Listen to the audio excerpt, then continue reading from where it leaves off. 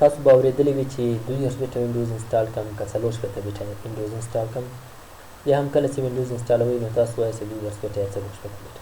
نو نه په نننۍ ویډیو کې به په دې باندې بحث کوو چې 22 بیټه او 64 بیټه ترمنځ توپیر څه شی ده او کوم یو مخکې راغی او د 22 بیټه که چېرته زه په 64 بیټه پر ځای انسټالولی شم که نه یا 64 بیټه 22 بیټه پر ځای باندې انسټالولی شم که نه نو د دې مربوط چې څه بحث ده دا به په نننۍ ویډیو کې کوو. د ویډیو تر اخره سره پاتې شئ او د هر څه نه مخکې چینل در سره سبسکرایب کړئ دوستانو.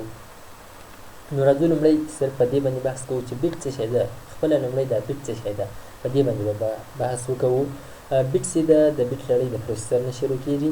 اوس ځینې به وایي چې نه دلته خو موږ سره درې شیان دي، وینډوز هم یو پروسیسر ده موږ سره په بیټ کې، وینډوز ده، سافټویر ده چې پروسیسر 64 بیټه راځي، وینډوز هم راځي او سافټویر هم راځي، همداسې 22 بیټه پروسیسر او وینډوز او سافټویر راځي. نو معلومه شوه چې د بیټ لړۍ د پروسیسر نه شروع کېږي. نو د 64 بیټ لپاره پروسیسر له 64 بیټ پروسیسر لپاره 64 بیټه وینډوز، همداسې 64 بیټه سافټویر او موږ انسټالوو او د 22 بیټه پروسیسر لپاره 22 بیټه اپریټینګ سیسټم او 22 بیټه سافټویر او 22 بیټه دا انسټالوو. نو کمپیوټر چې کوم کار کوي، کمپیوټر په 0 1 بیس باندې کار کوي، یعنې په کمپیوټر کې څه ډیټا پرته ده یا کمپیوټر چې څنګه کار کوي د کمپیوټر په 0 او 1 یا 0 1 باندې کار کوي. نو اوس لومړی راځو چې دا 1 بیټ ده یا 2 بیټه یا 3 بیټه خپله دا څه شی دي. نو که چېرته موږ وګورو 1 بیټ چې ده یو بیټ دا خپله دې نه 2 جوړې جوړېږي، یعنې 0 او 1 او همداسې 2 بیټ ته که وګورو دې نه 4 جوړې جوړېږي چې 0 0 او 0 1 1 0 1 1. همداسې 3 بیټ ته که وګورو 8 جوړې جوړېږي، 4 بیټه 14 د 5 بیټه څخه 22 همداسې د 4 بیټې څخه 64 بیټه جوړېږي. همداسې پسې ځه دا عکس کې تاسو ګورئ دومره عدد راځي. نو 1024 بیټه موږ سره راځي 1 KB. اوس دغه بیټه او KB ته اړوو نو په 1024 مو تقسیم کړي دي چې دومره KB لاسته راغلی دي. بیا چې 1024 KB موږ سره راځي 1 MB. نو بیا مو هغه KB سایز په 1024 تقسیم کړی دی چې دومره 4090 MB موږ ته لاسته راغی. بیا 1 MB راځي موږ سره 1024 MB موږ سره 1 GB راځي. نو بیا مو هغه 4090 MB چې و دا مو په 1024 باندې تقسیم کړي چې 4 GB موږ ته لاسته راغی. یعنې دې نه معلومه شوه چې په 22 بیټه پروسیسر باندې موږ 22 بیټه پروسیسر باندې 4 GB ریم انسټالولی شي، یعنې 4 GB ریم استفاده کولی شو. نو تاسو ښه پوهېږئ چې نن سبا 4 GB ریم ډېر کم ده. که چېرته د ګیمونو او د سافټویر سایز ته وګورو 4 GB ریم کار نه ورکوي، یعنې ډېر سخته به وي 4 GB. نن سبا 16 یا 8 GB کوم ګیمونه چې د هغو لپاره دومره ریم ته ضرورت ده.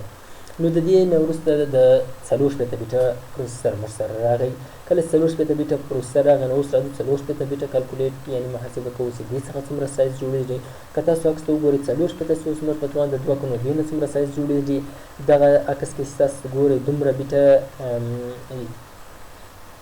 دومره بیټه ځینې جوړېږي، داسې بیا په 1024 KB بیا MB یو تر GB پورې بیا 1024 GB دا موږ سره 1 TB راځي، 1 TB 1024 TB بیا 1 PB راځي، 1024 PB بیا موږ سره 1 EB راځي. نو اخر کې چې دا کوم محاسبه موږ کړې د دې اخري سایز 16 EB یعنې اکسابایټ موږ سره راغلی ده.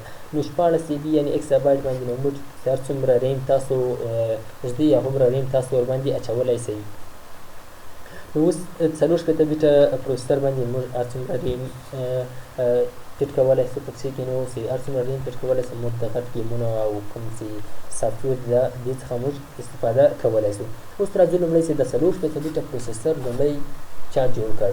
ځینې وایي چې دا انټل جوړ کړی، خو نه انټل نه ده جوړ کړی. لومړی چې و دا AMD جوړ کړ. AMD چې کله جوړ کړ د اتلون او اوپټرون په نامه باندې دوی دا پروسیسر لومړی جوړ کړل.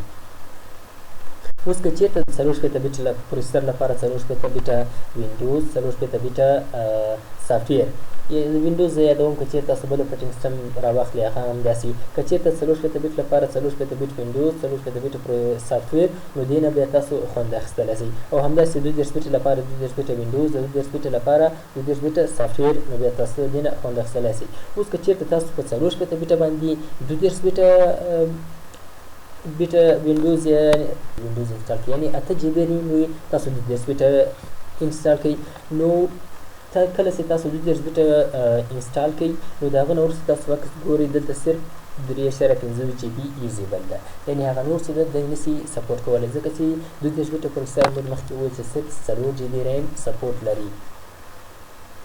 نو اوس ځینې خلک دا فکر کوي چې د 4 GB 4 بیټه پروسیسر چې ده دا ډېر تیز وي. نه، داسې نه ده، دا ستاسو په پروسیسر پورې، د پروسیسر په میګا هرس او ګیګا هرس پورې فرق کوي، یا د هغوی په تھریډ پورې فرق کوي، یا هایپر تھریډ پورې فرق کوي، یا هم د هغوی په کور او لاجیکل پروسیسر پورې فرق کوي چې هغه څومره تیز دی یا سپیډ لري یا نه لري.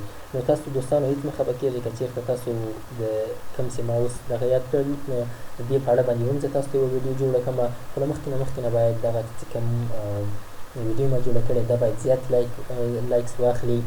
اوس ځینې خلک دا فکر کوي چې زه 32 بیټه کمپیوټر مې د 4 بیټ ته تبدیلولی شم، یعنې چینج کولی شم. نه، داسې ضرورت یې نشته ده، نه دغه کېږي، ځکه که چېرته تاسو دا تبدیلوئ نو تاسو به دې پروسیسر تبدیلوئ، نو پروسیسر تبدیلوئ دې ضرورت نشته، تاسو دا تغییر کړئ. یا هم ځینې وایي چې زه 32 بیټه ټینګسن 4 بیټه تغییرولی شم که نه، دا هېڅ مایکروسافټ دې ته اجازت نه ورکوي چې تاسو داسې وکوئ. بیا که هم کوئ هغه ضرورت یې نشته، ځکه چې 32 بیټه هم ورسره موجود ده، نو 4 بیټه هم ورسره موجود ده، هر یو لپاره بېل ارکیټیکچر ورسره موجود ده. نو دوستانو که مې ویډیو خوښه شوي چینل درسره سبسکرایب کړئ، یا نورو ښه معلوماتو لپاره د بیل آیکن کلیک کړئ چې تاسو کله زه ویډیو اپلوډ کړم تاسو د هغه نه خبر شئ. له توجه نه مو مننه.